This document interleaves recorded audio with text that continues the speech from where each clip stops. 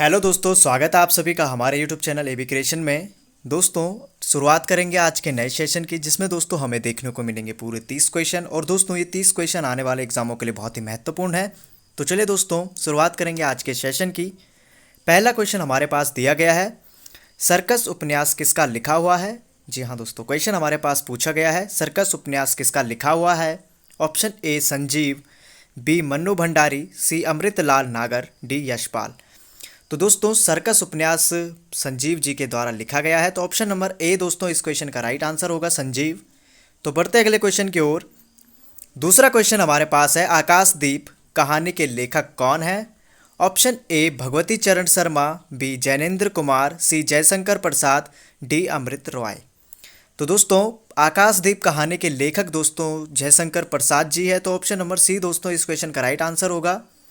तो बढ़ते अगले क्वेश्चन की ओर। तीसरा क्वेश्चन हमारे पास है, निम्नलिखित में से कौन सी पुस्तक रामचंद्र शुक्ल द्वारा लिखी गई है। जी हाँ दोस्तों, निम्नलिखित में से कौन सी पुस्तक रामचंद्र शुक्ल द्वारा लिखी गई है। ऑप्शन ए यमगाथा, बी निबंध संग्रह, सी हिंदी साहित्य का इतिहास, डी कविता के प्रतिमान। तो दोस्तों रामचंद्र शुक्ल ने दोस्तों हिंदी साहित्य का इतिहास लिखा है, तो ऑप्शन नंबर सी दोस्तों इस क्वेश्चन का राइट आंसर होगा। तो बढ़ते अगले क्वेश्चन की ओर। क्वेश्चन नंबर 4 हमारे पास है, नामवर सिंह ने अधिकांश क्या लिखा है। ऑप्शन ए कविता, बी कहानी, सी संस्मरण, डी आलोचना। तो दोस्तों नामवीर सिंह जी ने अधिकतर आलोचना लिखी है, तो ऑप्शन नंबर डी दोस्तों इस क्वेश्चन का राइट आंसर होगा। तो बढ़ते दोस्तों अगले क्वेश्चन की ओर। क्वेश्चन नंबर 5 हमारे पास है, अपने अपने राम। जी हाँ दोस्तों, अपने अपने राम उपन्यास किसका लिखा हुआ है। Option A Ilachand Joshi, B Bhagwati Charan Verma, सी महेश दर्पण, डी भगवान सिंह। तो दोस्तों अपने अपने राम जो उपन्यास लिखा गया है दोस्तों, ये लिखा गया है दोस्तों भगवान सिंह, ऑप्शन नंबर डी। जी हाँ दोस्तों, भगवान सिंह जी के द्वारा दोस्तों अपने अपने राम उपन्यास लिखा गया है, तो ये हमारा इस क्वेश्चन का राइट आंसर होगा। तो बढ़ते अगले क्वेश्चन की ओर। क्वेश्चन नंबर 6 दोस्तों हमारे पास है, चीफ की दावत कहानी के लेखक कौन है। Option A Dushyant Kumar, B Bhisham Sahni, C Rajendra Yadav, D doctor Devraj. तो दोस्तों चीफ की दावत कहानी के जो लेखक होंगे हमारे, वो हो जाएंगे दोस्तों Bhisham Sahni. Option number B दोस्तों इस क्वेश्चन का राइट आंसर होगा। बढ़ते अगले क्वेश्चन की ओर। संसद से सड़क तक काव्य संकलन किसका है। जी हाँ दोस्तों, मोस्ट इंपोर्टेंट क्वेश्चन दोस्तों, संसद से सड़क तक काव्य संकलन किसका है। ऑप्शन ए रघुवीर सहाय, बी सुमित्रा नंदन पंत, सी सुदामा पांडे धूमिल, डी श्रीकांत वर्मा। तो दोस्तों संसद से सड़क तक काव्य संकलन जो है हमारा दोस्तों, ये है सुदामा पांडे धूमिल। जी हाँ दोस्तों, सुदामा पांडे जी का दोस्तों यह काव्य संकलन है, तो ऑप्शन नंबर सी दोस्तों इस क्वेश्चन का राइट आंसर होगा। बढ़ते अगले क्वेश्चन की ओर। 8वां क्वेश्चन हमारे पास है, प्रभु जी तुम चंदन हम पानी, जाकी अंगंग बास समानी, किस संत कवि की पंक्तियां हैं। जी हाँ दोस्तों, क्वेश्चन पूछा गया है, प्रभु जी तुम चंदन हम पानी, जाकी अंगंग बात समानी, किस संत कवि की पंक्तियां हैं। ऑप्शन ए कबीरदास, बी गुरु नानक, सी मलूकदास, डी रैदास। तो दोस्तों प्रभु जी तुम चंदन हम पानी, जाकी अंगंग बात समानी जो पंक्तियां हैं दोस्तों, ये है रैदास जी की, तो ऑप्शन नंबर डी दोस्तों इस क्वेश्चन का राइट आंसर होगा। बढ़ते अगले क्वेश्चन की ओर। क्वेश्चन नंबर 9 हमारे पास है, आत्मजयी का रचनाकार कौन है। जी हाँ दोस्तों, आत्मजयी का रचनाकार कौन है। Option A Muktibodh, B Kunwar Narayan, C Naresh Mehta, D Shrikant Verma. तो दोस्तों आत्मजयी का जो रचनाकार है दोस्तों, वो है दोस्तों कुंवर नारायण। ऑप्शन नंबर बी दोस्तों इस क्वेश्चन का राइट आंसर होगा। तो बढ़ते अगले क्वेश्चन की ओर। क्वेश्चन नंबर 10वां हमारे पास है, कान में तेल डालना का अर्थ क्या होगा। जी हाँ दोस्तों, कान में तेल डालने का अर्थ क्या होगा। ऑप्शन ए कान की बीमारी, बी कुछ ना सुनना, सी चुप बैठ जाना, डी बहरा होना। तो दोस्तों कान में तेल डालना अर्थात कुछ ना सुनना इस क्वेश्चन का राइट आंसर होगा। ऑप्शन नंबर बी कुछ ना सुनना दोस्तों, यह हमारा इस क्वेश्चन का राइट आंसर होगा। तो बढ़ते अगले क्वेश्चन की ओर। 11वां क्वेश्चन हमारे पास है, जो कानून के विरुद्ध हो उसे क्या कहते हैं। जी हाँ दोस्तों, इसके लिए हमें एक शब्द बताना है, जो कानून के विरुद्ध हो उसे क्या कहते हैं। ऑप्शन ए अनियमित, बी अतिरिक्त, सी असंभव, डी अवैध। तो दोस्तों जो कानून के विरुद्ध हो उसे कहते हैं दोस्तों अवैध, तो ऑप्शन नंबर डी दोस्तों इस क्वेश्चन का राइट आंसर होगा। तो बढ़ते हैं अगले क्वेश्चन की ओर। 12वां क्वेश्चन दोस्तों हमारे पास है, इंद्र का पर्यायवाची शब्द कौन सा है। मोस्ट इंपोर्टेंट क्वेश्चन दोस्तों, ऐसे क्वेश्चन परीक्षाओं में पूछे जाते हैं। Option A Bajigar, B Raj, C Madhua, D Vinayak. जी हाँ दोस्तों, option A Bajigar, B Rajraj, C Madhua, D Vinayak. तो दोस्तों इंद्र का पर्यायवाची शब्द जो होगा हमारा वो हो जाएगा दोस्तों यहाँ पे मधुआ। ऑप्शन नंबर सी दोस्तों इस क्वेश्चन का राइट आंसर होगा। तो बढ़ते हैं अगले क्वेश्चन की ओर। 13वां क्वेश्चन हमारे पास है, कमल का पर्यायवाची शब्द कौन सा है। ऑप्शन ए जलज, बी पीयूष, सी जलधि, डी जलद। तो दोस्तों कमल का पर्यायवाची शब्द दोस्तों हमें बताना है, और इसका राइट आंसर दोस्तों जो हमारा यहाँ पे कमल का पर्यायवाची शब्द है वो है दोस्तों जलज। तो ऑप्शन नंबर ए दोस्तों इस क्वेश्चन का राइट आंसर होगा। बढ़ते अगले क्वेश्चन की ओर। क्वेश्चन नंबर 14 हमारे पास है, व्यवहार में वह बिल्कुल वैसा ही है जैसे उसके पिताजी। निम्नलिखित कौन सा वाक्य है। जी हाँ दोस्तों, निम्नलिखित कौन सा वाक्य है। तो ऑप्शन हमारे पास दिए गए। ऑप्शन ए सरल वाक्य, बी संयुक्त वाक्य, सी मिश्र वाक्य, डी इनमें से कोई नहीं। तो दोस्तों व्यवहार में वह बिल्कुल वैसा ही है जैसे उसके पिताजी। तो जैसे, तो दोस्तों ये हमारा हो जाएगा ऑप्शन नंबर सी मिश्र वाक्य। दोस्तों ये हमारा हो जाएगा, व्यवहार में वह बिल्कुल वैसा ही है जैसे दोस्तों मिश्र वाक्य की पहचान के लिए शब्द है। तो ऑप्शन नंबर सी दोस्तों मिश्र वाक्य हो जाएगा हमारा, ये जो वाक्य दिया गया है, व्यवहार में वह बिल्कुल वैसा ही है जैसे उसके पिताजी। तो ये हमारा मिश्र वाक्य होगा। बढ़ते अगले क्वेश्चन की ओर। जिधर धुआं दिखाई दिया सब लोग उधर ही दौड़ पड़े। निम्नलिखित में से कौन सा वाक्य है। तो दोस्तों जिधर धुआं दिखाई दिया सब लोग उधर ही दौड़ पड़े। ऑप्शन हमारे सामने है, ए सरल वाक्य, बी मिश्र वाक्य, सी संयुक्त वाक्य, डी इनमें से कोई नहीं। तो दोस्तों जिधर धुआं दिखाई दिया सब लोग दोस्तों उधर ही दौड़ पड़े। तो दोस्तों अगर आप लोगों ने वाक्य का थोड़ा बहुत नॉलेज लिया है, या फिर जिन लोगों ने वाक्य को अच्छी तरीके से पढ़ा है, तो उन लोगों के लिए यह क्वेश्चन बहुत ही आसान है। और इसका राइट आंसर दोस्तों ये भी हमारा मिश्र वाक्य होगा। जिधर धुआं दिखाई दिया सब लोग उधर ही दौड़ पड़े। तो इसमें दोस्तों मिश्र वाक्य है, तो ये हमारा इस क्वेश्चन का राइट आंसर होगा। बाकी दोस्तों वाक्य से रिलेटिव आपके लिए जो एक सीरीज चलाई जाएगी हमारी हिंदी से, उसमें दोस्तों सभी टॉपिकों को क्लियर किया जाएगा। तो बढ़ते अगले क्वेश्चन की ओर। क्वेश्चन नंबर 16 हमारे पास है, हिंदी में स्वतंत्र रूप से बोले जाने वाले अक्षर क्या कहलाते हैं। ऑप्शन ए स्वर, बी संयुक्त अक्षर, सी व्यंजन, डी स्वतंत्र ध्वनि। तो दोस्तों हिंदी में स्वतंत्र रूप से बोले जाने वाले अक्षर हमारे स्वर कहलाते हैं। तो ऑप्शन नंबर ए दोस्तों इस क्वेश्चन का राइट आंसर होगा स्वर। जी हाँ दोस्तों, स्वर इस क्वेश्चन का राइट आंसर होगा। तो बढ़ते दोस्तों अगले क्वेश्चन की ओर।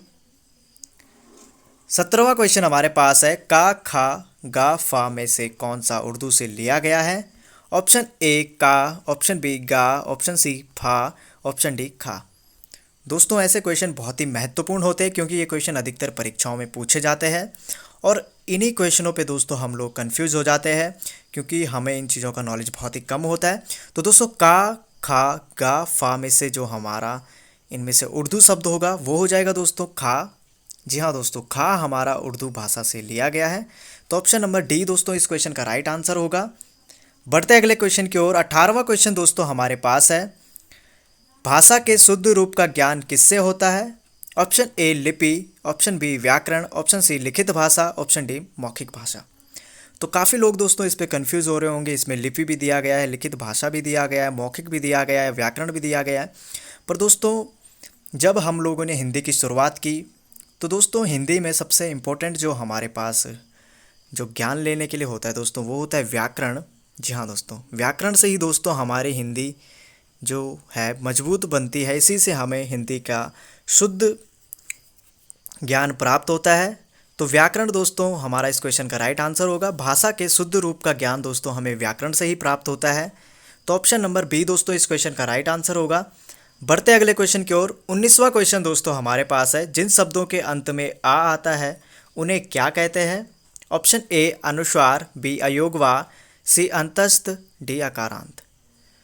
तो दोस्तों अनुस्वार तो ये हो नहीं सकता, अयोगवा भी नहीं होगा, अंतस्थ भी नहीं होगा। तो ऑप्शन नंबर डी दोस्तों अकारांत दोस्तों हमारा इस क्वेश्चन का राइट आंसर होगा। जिन शब्दों के अंत में दोस्तों आ आता है उन्हें दोस्तों अकारांत कहते हैं।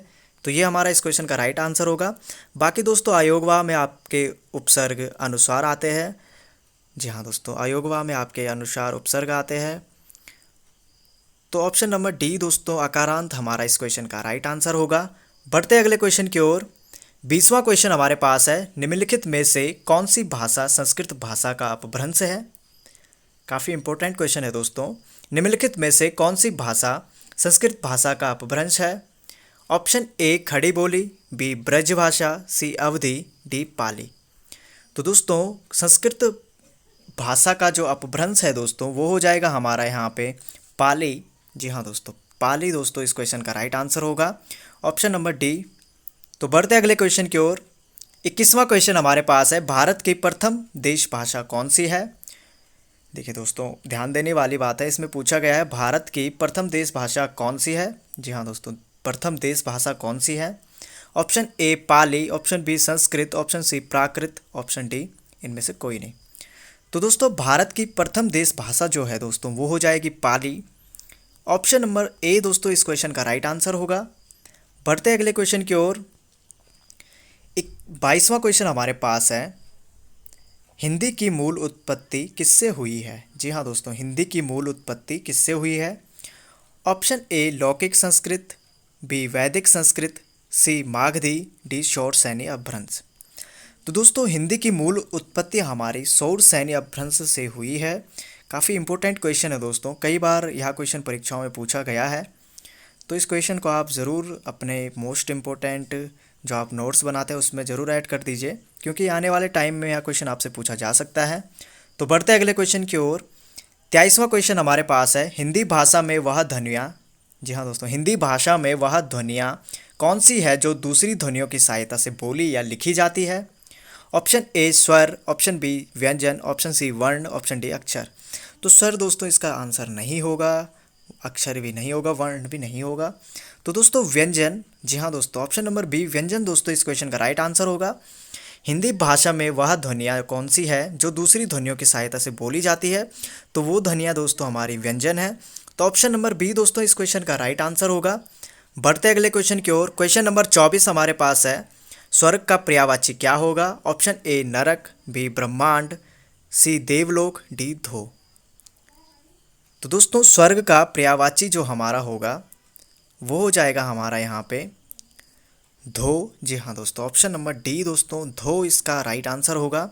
स्वर्ग का पर्यायवाची धो हो जाएगा। नर्क दोस्तों इसका विलोम शब्द हुआ। तो ऑप्शन नंबर डी ही दोस्तों हमारे पास इसका राइट आंसर होगा। धो दोस्तों स्वर्ग का पर्यायवाची होगा। और ऐसे पर्यायवाची से रिलेटिव क्वेश्चन दोस्तों आपको यूके SSC, यूके PSS के पेपरों में पूछे ही जाते हैं।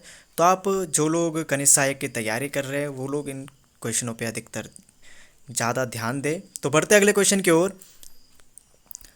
25वां क्वेश्चन हमारे पास है, रात्रि का पर्यायवाची शब्द क्या होगा। ऑप्शन ए छपा, बी तमिचर, सी आमा, डी विवाहवरी।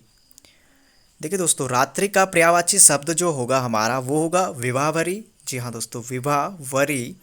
ऑप्शन नंबर डी दोस्तों रात्रि का पर्यायवाची शब्द होगा। तो बढ़ते अगले क्वेश्चन की ओर। क्वेश्चन नंबर 26 दोस्तों हमारे पास है, वीर पुरुष में कौन सा समास है। ऑप्शन ए तत्पुरुष समास, बी द्वंद्व समास, सी द्विगु समास, डी कर्मधारय समास।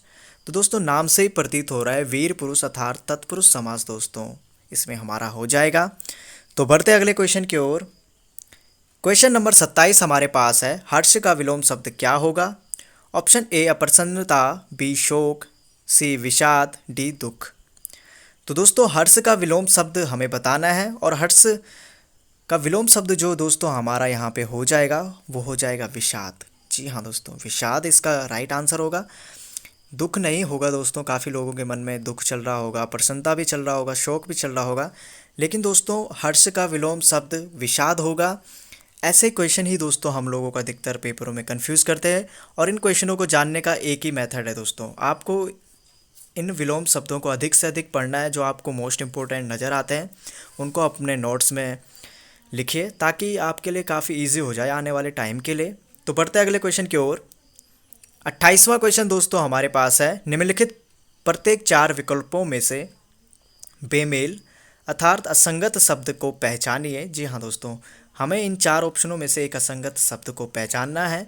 असंगत का मतलब दोस्तों यहाँ पे हमारा होगा जो, जैसे हमारे पास यहाँ पे 4 शब्द दिए गए हैं तो एक शब्द दोस्तों इनमें मेल नहीं खाएगा, तो वो हमारा असंगत शब्द हो जाएगा। तो दोस्तों ऑप्शन ए हमारे पास है घर, ऑप्शन बी प्रियजन, ऑप्शन सी परिवार, ऑप्शन डी बच्चे। तो दोस्तों इसमें से हमारा असंगत शब्द दोस्तों प्रियजन हो जाएगा। जी हाँ दोस्तों, घर, परिवार, बच्चे दोस्तों ये तीनों संगत शब्द है और प्रियजन दोस्तों घर से बाहर है, तो प्रियजन दोस्तों हमारा असंगत शब्द हो जाएगा यहाँ पे, क्योंकि दोस्तों घर में परिवार और परिवार में बच्चे, तो ये हमारे संगत है।